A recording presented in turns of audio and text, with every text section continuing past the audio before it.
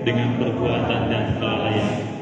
Saya berdosa, saya sungguh berdosa. Oleh sebab itu saya mohon kepada Santa Perawan Maria, kepada para malaikat dan Roh Kudus, dan kepada saudara sekalian, supaya mendoakan saya pada Allah Tuhan kita. Semoga Allah yang Maha Kuasa mengasihani kita, mengampuni dosa kita, dan mengantar kita ke hidup yang kekal. Amin. Tuhan kasihanilah kami. Tuhan kasihanilah kami. Kristus kasihanilah kami. Kristus kasihanilah kami. Tuhan kasihanilah kami.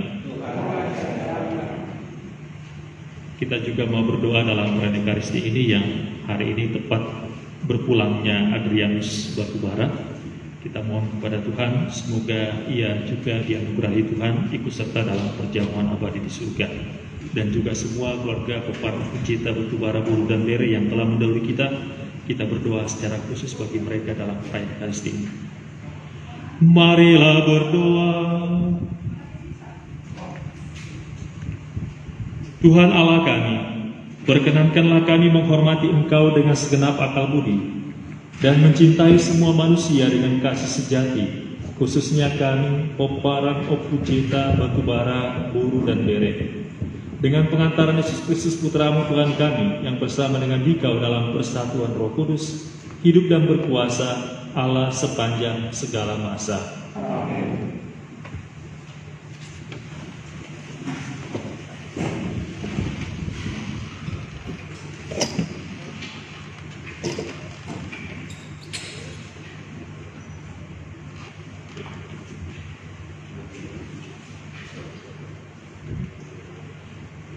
Bacaan dari kitab Kejadian. Sekali peristiwa, Tuhan membawa Abram keluar dari rumah serta berfirman, "Coba lihat ke langit, hitunglah bintang-bintang, jika engkau dapat." Maka firman kepada Abram, "Demikianlah banyaknya nanti keturunanmu." Lalu percayalah Abram kepada Tuhan, maka Tuhan memberitakan hal itu kepadanya sebagai kebenaran. Tuhan berfirman lagi kepada Abram, "Akulah Tuhan yang membawa engkau keluar dari Ur Kaldi guna memberikan negeri ini menjadi milikmu." Tetapi Abram bertanya, "Ya Tuhan Allah, dari manakah aku tahu bahwa aku akan memilikinya?"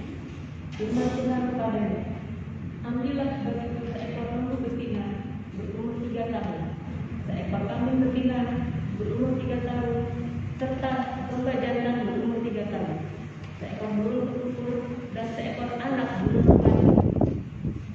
Abram mengambil semuanya itu, membelahnya menjadi 2, lalu diletakkannya belahan-belahan itu yang satu di samping yang lain. Tetapi burung-burung itu tidak ia belah. Ketika burung-burung mulai hinggap di atas daging kaki binatang itu, maka Abram mengusirnya. Menjelang matahari terbenam, tertidurlah Abram dengannya. Lalu gelap gulita yang mengerikan turun meliputinya.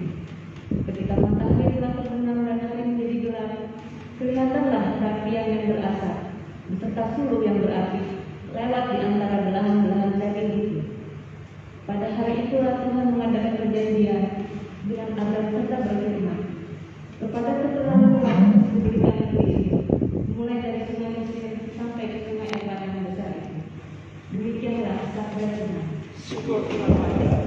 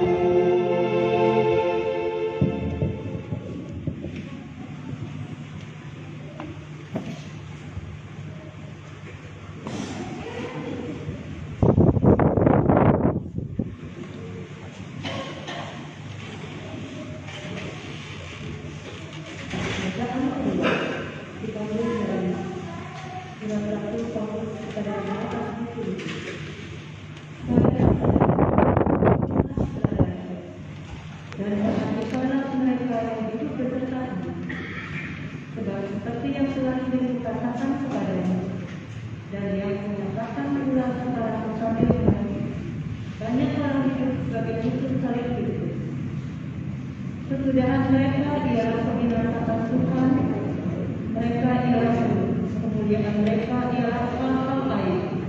Sedangkan pikiran mereka mata-mata tertuju kepada perkara-perkara dunia. Tetapi kita adalah warga kerajaan surga. Dari sana juga kita menantikan Tuhan Yesus Kristus, Sang Penyelamat yang akan mengubah tubuh kita yang hina ini menjadi serupa dengan sesuai dengan kuasanya yang dapat menaklukkan segala sesuatu kepada dunia. Karena itu, saudara-saudaraku yang kukasihi, dan menunjukkan sukacita dan mahkotaku, berdirilah tetap teguh dalam Tuhan. Demikianlah sabda Tuhan.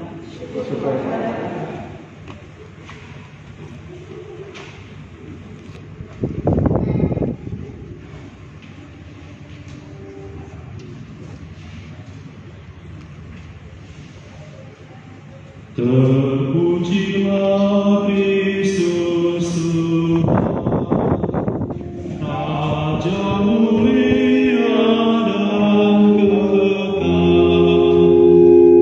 Terpujilah Kristus Tuhan, Raja mulia dan kekal. Dari dalam awan yang terang terdengarlah suara Bapa, inilah anak yang kukasihi, dengarkanlah dia.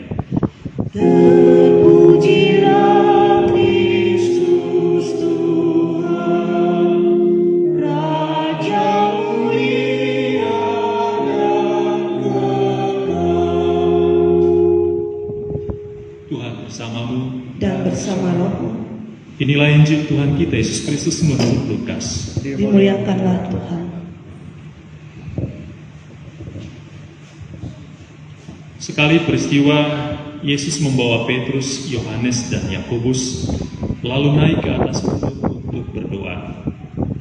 Ketika sedang berdoa, wajah Yesus berubah dan pakaiannya menjadi putih berkilau-kilauan. Dan tampaklah dua orang berbicara dengan dia, yaitu Musa dan Elia. Keduanya menampakkan diri dalam kemuliaan dan berbicara tentang tujuan kepergian Yesus yang akan digenapinya di Yerusalem. Sementara itu, Petrus dan teman-temannya telah tertidur, dan ketika terbangun, mereka melihat Yesus dalam kemuliaannya. Juga kedua orang yang berdiri di dekat Yesus itu. Dan ketika kedua orang itu hendak meninggalkan Yesus, Petrus berkata kepada Yesus, "Guru, betapa bahagianya kami berada di tempat ini. Baiklah kami dirikan sekarang 3 kemah, 1 untuk Engkau, 1 untuk Musa, dan 1 untuk Elia."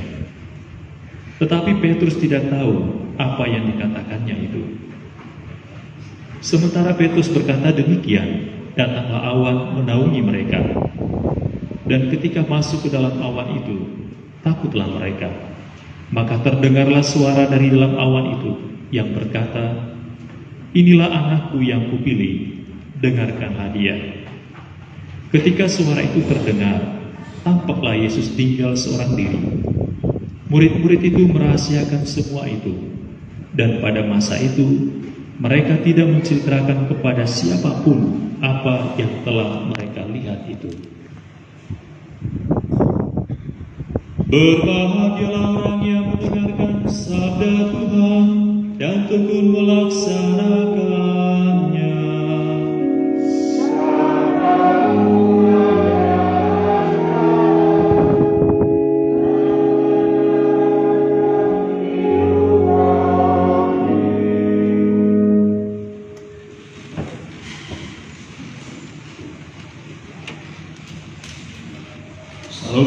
Shalom.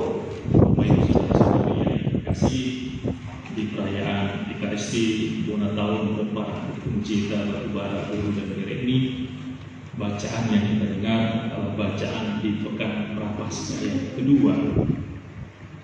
Saat ini kita sudah berada di pekan kedua masa Prapaskah dan masih ada tersisa waktu untuk Paskah nanti. Artinya masa Prapaskah ini gereja mengharapkan kita melakukan sebuah pertobatan, perubahan dalam diri kita dari yang buruk menjadi baik. Ada hal-hal yang paling tidak mungkin bisa kita kurangi dari kebiasaan-kebiasaan yang tidak baik. Jadi tidak hanya membatasi makannya, jangan makan tadinya kenyang pagi siang malam, sekarang mungkin hanya satu kali. Aturannya kan begitu. Atau mungkin yang beda kali kan ya. Kalau tiap kali ada pesta ya. Hari ini bacaannya berkisah tentang Yesus yang dimuliakan di atas gunung. Kita mendengar bagaimana Yesus berubah rupa. Wah, pakaiannya tadi dikatakan putih berkilau-kilau dan wajahnya juga berubah. Sehingga Petrus, Yakobus dan Yohanes yang diajak Yesus ke gunung itu merasa kagum. Sampai Petrus mengatakan, betapa bahagia kami berada di sini.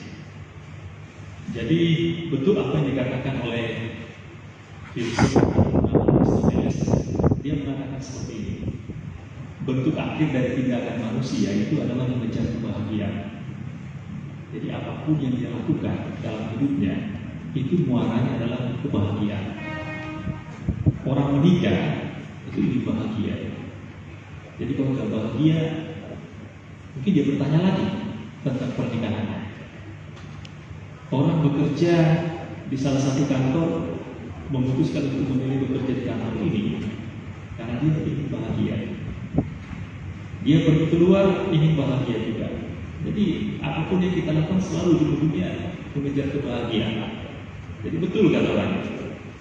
Jadi kita juga hari ini berkumpul bersama. Kalau kita ingin bahagia kan? Bahagia sebagai satu perannya keluarga besar. Rindu untuk berjumpa dengan bapak muda, dengan bapak tua, dengan ama, dengan adik, dengan kakak. Jadi di situ kerinduan itu kan ingin bahagia bersama dengan keluarga besar yang dia tidak bisa dapatkan di tempat lain. Ketimbang dia harus menghabiskan waktunya di mall atau di Adrim atau di mana lagi kan? Di GI ya.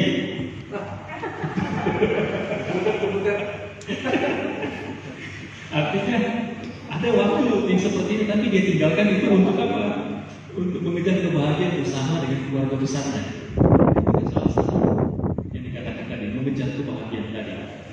Jadi kalau ditanya apa kebahagiaannya Bapak Ibu, Ama Inang wujudkan dalam kehidupan sehari-hari, pasti beda-beda semua. Kalau Amang saya tanya pasti jawabannya berbeda. Amang Pak Roma juga pasti jawabannya berbeda. Saya tanya Bapak kembar juga pasti beda. Artinya kebahagiaan kita semua beda-beda. Ada yang merasa saya bahagia pastor kalau anak saya sehat. Saya bahagia pastor kalau anak saya pintar. Saya bahagia pastor kalau istri saya bisa bekerja. Saya bahagia pastor kalau suami saya pulang ke rumah tepat waktu. Jadi beda-beda semua jawabannya. Tapi Santo Thomas dari Aquinas mengatakan bahwa kebahagiaan tertinggi orang-orang Kristiani, orang-orang Katolik itu adalah ketika dia berjumpa dengan Sang Pencipta. Artinya berhadapan dengan Tuhannya, dengan Penciptanya. Itulah kebahagiaan yang tertinggi. Jadi betul apa yang dikatakan Santo Thomas dari Aquinas itu, bahwa ketika manusia bertemu dengan Tuhan, itu kebahagiaan yang paling tinggi. Jadi kalau kita berdoa, bertanya, merasa bahwa Tuhan ada di depan kita, ketika kita menangis berdoa, kita merasa bahwa wajah Tuhan ada di depan kita, itu kebahagiaan tertinggi. Sehingga nggak mau lagi dia menyelesaikan doanya cepat-cepat. Dia berdoa terus dan menangis. Itu kebahagiaan dia. Ketika dia pergi keluar dan berjumpa dengan orang baik, dia merasa bahwa Tuhan ada di situ. Itu kebahagiaan dia yang paling tinggi. Artinya apapun yang dia lakukan, merasa bahwa wajah Tuhan hadir dalam segala tindakan. Jadi apa yang kita dengar dalam baca Injil hari ini, dalam Injil Lukas tentang ketika Petrus, Yakobus dan Yohanes diajar naik gunung dan kemudian melihat bahwa Yesus berubah rupa, pakaiannya putih berkilauan dan wajah Yesus juga berubah, dan dia melihat juga itu situ ada Musa dan Elia, dan kemudian ada suara dari dalam Allah yang berkata, inilah putra yang kukasihi. Maka Petrus merasa ini kebahagiaan itu. Dia melihat Yesus beda dari sehari-hari yang dia lihat. Akhirnya kebahagiaan itu yang tertinggi. Sehingga dia mengatakan yang pertama, bahagia akan Tuhan. Baiklah, aku dirikan di sini 3 kemah, 1 untuk engkau, 1 untuk Musa, dan 1 untuk Elia. Tidak perlu kami Tuhan, memang tidak dituliskan dalam kitab suci. Cukuplah kami tidur di luar kemah saja. Di luar kemah pun Tuhan kami sudah bahagia. Jadi cukup Tuhan di dalam kemah. Artinya dia meminta karena bahagianya, dia ingin berada tetap di situ dalam suasana seperti itu dan mendirikan 3 kemah. Jadi apa yang dikatakan Santo Thomas Aquinas itu betul, bahwa ketika orang berjumpa dengan Tuhan dan mengalami Tuhan, itu kebahagiaan yang paling tinggi. Sehingga Petrus tidak mau turun dia mau tinggal di atas gunung.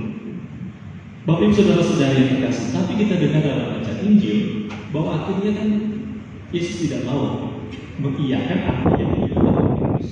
Akhirnya turun ke bawah.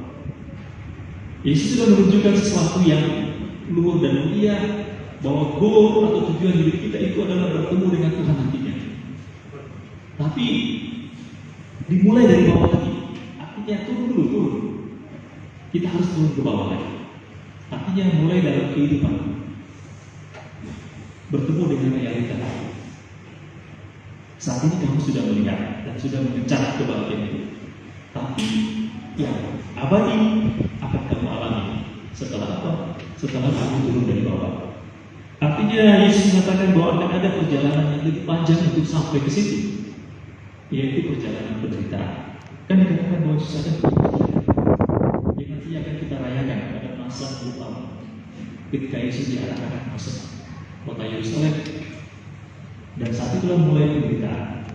Artinya kemuliaan dan kebahagiaan yang besar itu akan kamu alami ketika kamu akan menghadapi kehidupan realita. Mulai di sana ada tangisan, di mana kita melihat Petrus mengalami menyangkal Yesus 3 kali, dan kemudian Petrus juga akhirnya mengalami penderitaan disalibkan dengan kepala terbalik, kaki di atas, kepala di bawah. Artinya kamu akan mengalami hal yang luar biasa untuk melihat itu. Tapi lihat jalan seperti itu. Bapak Ibu saudara-saudari yang terkasih, hari ini dunia media sosial yang lebih rajin bermain di media sosial mungkin ada, tidak ada, ada ini generasi milenial ya. Kalau Amang Pak Romang kita dengar tadi ya, dengar kalau siapa sih tadi Tania, kalau Tania Citra atau apapun itu doang Citra. Sekarang kan lagi ramai tentang Renin Binomo ya. Renin Binomo ini terkenal dengan seorang yang bernama Ibra Kusuma, atau dengan panggilannya itu Ibra Kings, seorang resis dari Medan. Hebat orang Medan, bisa tipu banyak orang ya. Sultan dari Medan kan. Kita bisa lihat bagaimana dengan cara dia mengemas produknya yang sebenarnya kosong ini. Tapi banyak orang tertipu. Banyak orang tertipu ikut investasi dia. Trading binomo itu. Kita bisa membayangkan, katanya Indonesia dalam suasana pandemi Covid dan ekonomi susah, tapi uang yang dia tahu, cuan yang dia dapatkan lebih dari triliunan. Besar sekali. Berarti Indonesia sebenarnya nggak menderita ya. Kenapa banyak orang akhirnya mau mengikuti program dia? Kok orang mau mengikuti itu ya? Karena memang sebelumnya kita mendengar juga tentang seorang yang bernama Gosali kan. Gosali yang menjadi trending waktu itu ketika dia ikut bermain di NFT, non fungible token itu kan. Bagaimana foto-foto selfie-nya dia jual menjadi sebuah aset digital di marketplace OpenSea kan, dan harganya miliaran. Jadi apa? Kalau kita selfie foto, lagi makan, lagi minum, lagi jalan, bisa dijual ya. Hasilnya miliaran. Kalau kita di